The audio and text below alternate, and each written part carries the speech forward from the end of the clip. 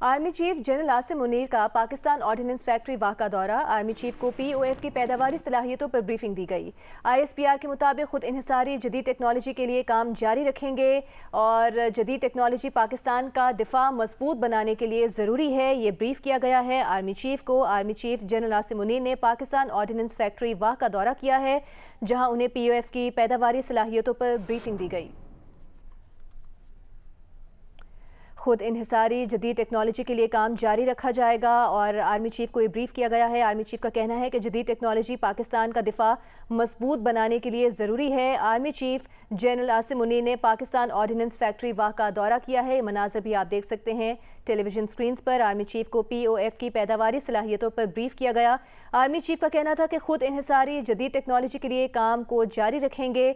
जदीद टेक्नोलॉजी पाकिस्तान के दिफा को मजबूत बनाने के लिए ज़रूरी है, ये कहना था army chief general Asim Munir का। ये मनाज़र आप देख सकते हैं। आर्मी चीफ ने पाकिस्तान ऑर्डिनेंस फैक्ट्री वाह का दौरा किया है।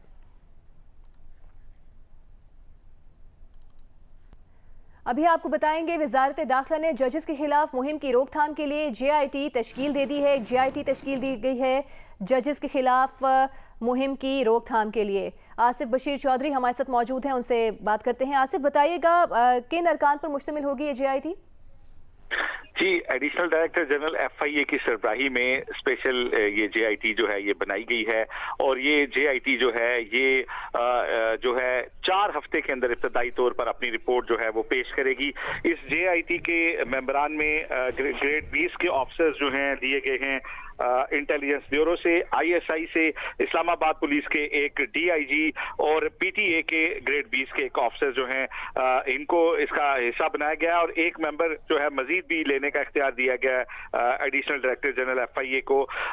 ये जो जेआईटी है ये तहकीकात करेगी कि वो कौन से सोशल मीडिया अकाउंट्स हैं जिन्होंने सुपीरियर जुडिशरी के जजेस के खिलाफ कंपेन लॉन्च की, उनकी किरदार कुशी की और उनके खिलाफ सोशल मीडिया के ऊपर जो है वो प्रोपेगेंडा किया गया और उनके खिलाफ जो है कीचड़ उछाला गया।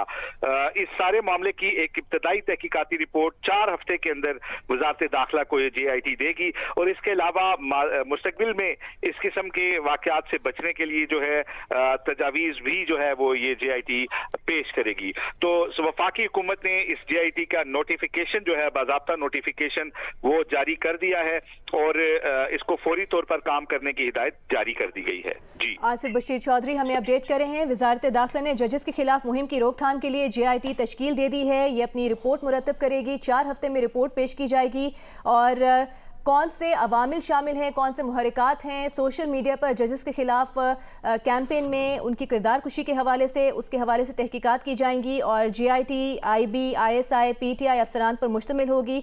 मुस्तकबिल में ऐसे वाकयात की रोकथाम के लिए भी तजावीज़ पेश करेगी। आसिफ बशीर चौधरी हमारे साथ मौजूद हैं। आसिफ, कोई टीओआर्स भी तय किए गए हैं इस हवाले से? वजारत दाखिला ने जजेस के खिलाफ मुहिम की रोकथाम के लिए जेआईटी तश्कील दे दी है। मोहतरम, जजेस के खिलाफ सोशल मीडिया पर कैंपेन के बाद ये फैसला किया गया है जो उनकी किरदार कुशी की जा रही थी। अब आईबी, आईएसआई, पीटीआई अफसरान पर मुश्तमिल एक जेआईटी होगी जो कि 4 हफ्ते में अपनी रिपोर्ट मुरतब करके वजारत दाखिला को पेश करेगी। आसिफ बशीर चौधरी हमारे साथ मौजूद है। आसिफ, बताइएगा कोई टीओआर्स तय किए गए हैं इस हवाले से? जी, आपका सवाल मैं सुन नहीं पाया। आसिफ, बताइएगा 4 हफ्ते का वक्त है, जेआईटी अपनी रिपोर्ट पेश करेगी। 4 हफ्ते का वक्त दिया गया है इसको इब्तदाई तौर पर और सुप्रीम कोर्ट के जजेस की जो किरदार कुशी की गई है सोशल मीडिया के ऊपर, जो एक गुमराह कुन मुहिम चलाई गई है जजेस के खिलाफ, उनकी फैमिलीज के खिलाफ, उनके फैसलों के ऊपर जो तनकीद की गई है, ये सारी चीजें जो हैं इसका डिटरमिन किया जाएगा कि कौन से सोशल मीडिया अकाउंट से जो इस गनावनी कंपेन का जो है वो माखज थे और किन अकाउंट्स ने इसमें हिस्सा लिया। तो इस सारी मामले की तहकीकात की जाएंगी और additional director general FIA cyber crime wing जो है वो सरबराह होंगे और उनके साथ ग्रेड 20 के जो ऑफिसर्स हैं जिनमें एक नुमाइंदा इंटेलिजेंस ब्यूरो से, एक नुमाइंदा आईएसआई से, एक नुमाइंदा जो है पैमरा से जो है वो लिया जाएगा और एक नुमाइंदा ये जेआईटी अपने तौर पर भी कोई इसके अंदर शामिल कर सकेगी।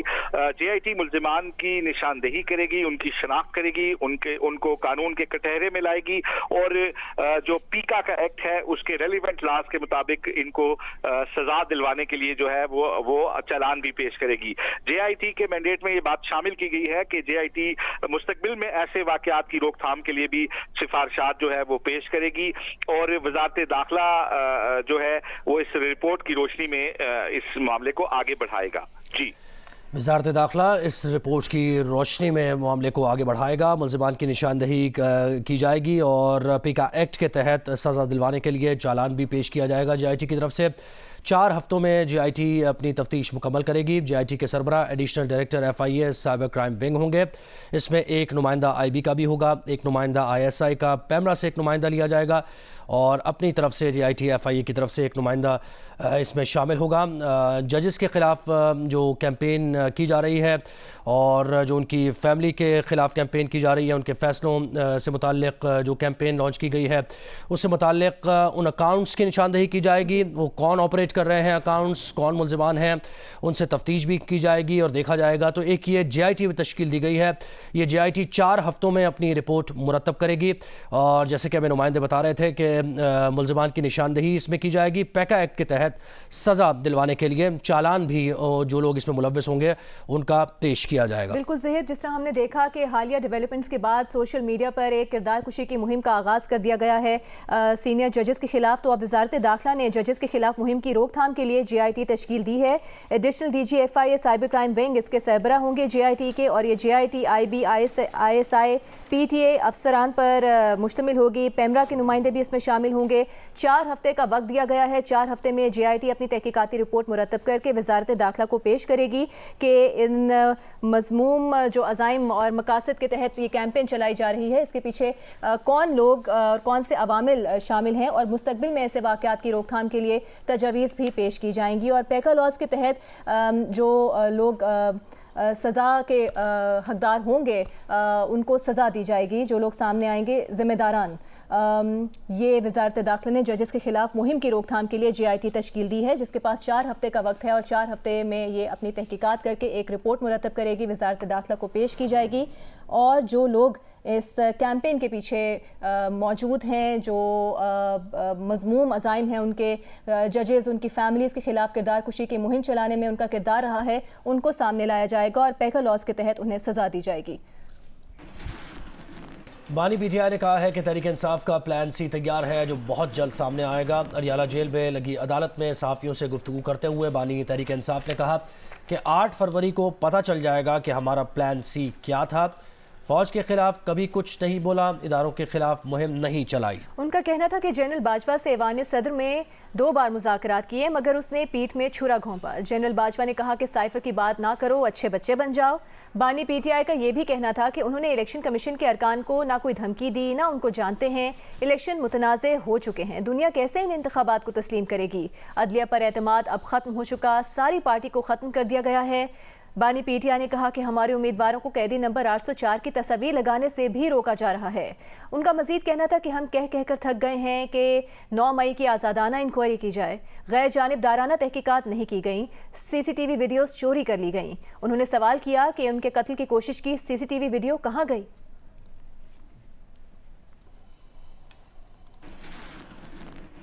बानी PTI और अहलिया बुशरा बीबी के खिलाफ इद्दत में निकाह के केस में फ़र्द जुर्म आयद कर दी गई है। अडियाला जेल में केस की समाअत के दौरान सीनियर सिविल जज कुदरतुल्लाह ने फ़र्द जुर्म पढ़कर सुनाई। फ़र्द जुर्म के वक्त बानी PTI कमरा अदालत में मौजूद थे। अदालत ने बुशरा बीबी की गैर मौजूदगी पर इजहार बरहमी किया। वकला सफाई ने बुशरा बीबी की दरख्वास्त इस्तिस्ना मंजूर करने की इस्तदा की थी।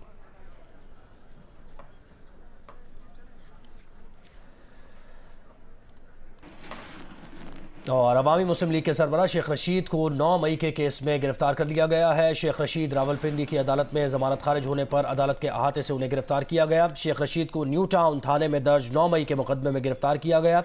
गिरफ्तारी के बाद गुफ्तगू में शेख रशीद ने कहा कि 9 मई को वो हमजा कैंप के इलाके में थे ही नहीं। चीफ ऑर्गेनाइजर मुस्लिम लीग नून मरियम नवाज ने कहा है कि अवाम शेर को फतह से हमकिनार कराएं, खिदमत में दिन रात एक कर देंगे, तरक्की का सिलसिला जहां रुका था वहीं से आगे बढ़ाएंगे। लाहौर के इलाके गज्जूमता में अवामी इज्तिमा से खिताब करते हुए मरियम नवाज ने कहा कि अवाम जितना वोट देंगे उतना रिलीफ मिलेगा, हर घर से महंगाई का खात्मा होगा। लाहौर में मुस्लिम लीग जो रिकॉर्ड कायम किए थे पिछले 5 साल में, जब घुस बैठिए लाहौर में घुस कर कब्जा कर लिया, तो देख लो वो खिदमत के निशान जो मुस्लिम लीग नून छोड़कर गई थी वो आज भी वही है। तरक्की का पहिया आगे नहीं बढ़ा। ये मेट्रो बस ऑरेंज लाइन जिसको साकिब निसार 1.5 साल तक रोक कर बैठा रहा, कोई तरक्की मुस्लिम लीग नून के जाने के बाद नहीं हुई। लाहौर ऐसे हो गया जैसे लावारिस होता है, लाहौर में कूड़ा उठाने वाला भी कोई नहीं रहा।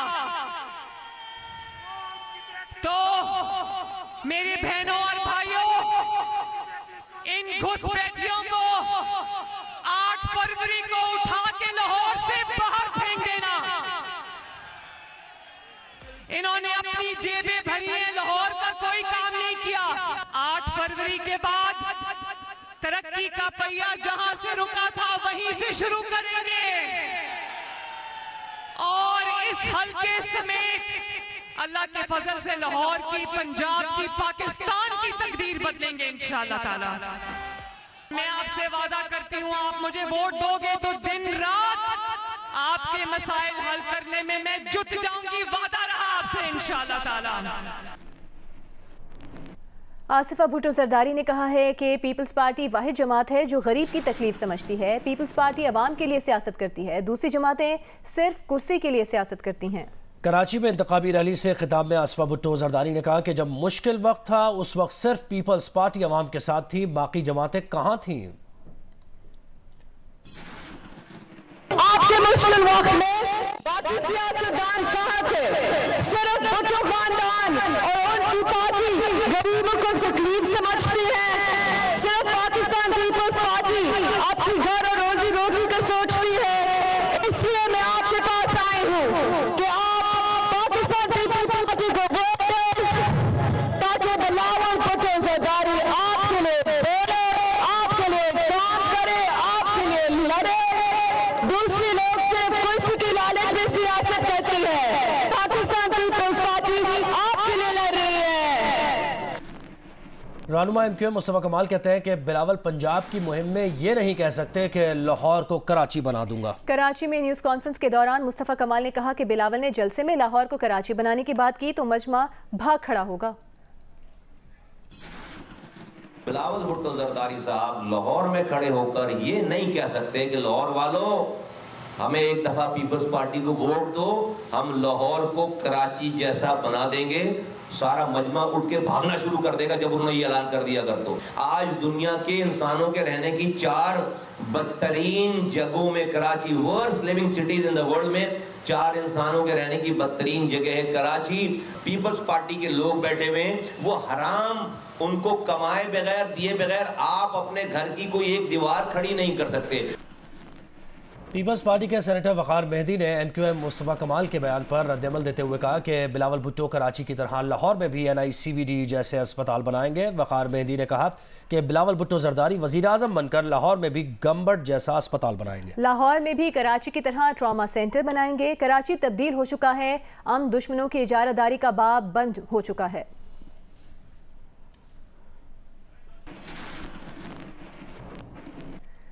नून लीग के रहनुमा ख्वाजा साद रफीक ने कहा है कि काश बानी PTI जमहूरियत को कमज़ोर करने की साजिश ना करते। बानी PTI अपनी इंतकामी सियासत का मज़ा चख रहे हैं। साद रफीक का कहना था कि सिंध का खून चूसने वालों को चौथी बार सिंध पर मुसल्लत ना किया जाए। चौथी बार मुसल्लत किया तो सिंध की तरक्की का ख्वाब शर्मिंदा ताबीर नहीं होगा।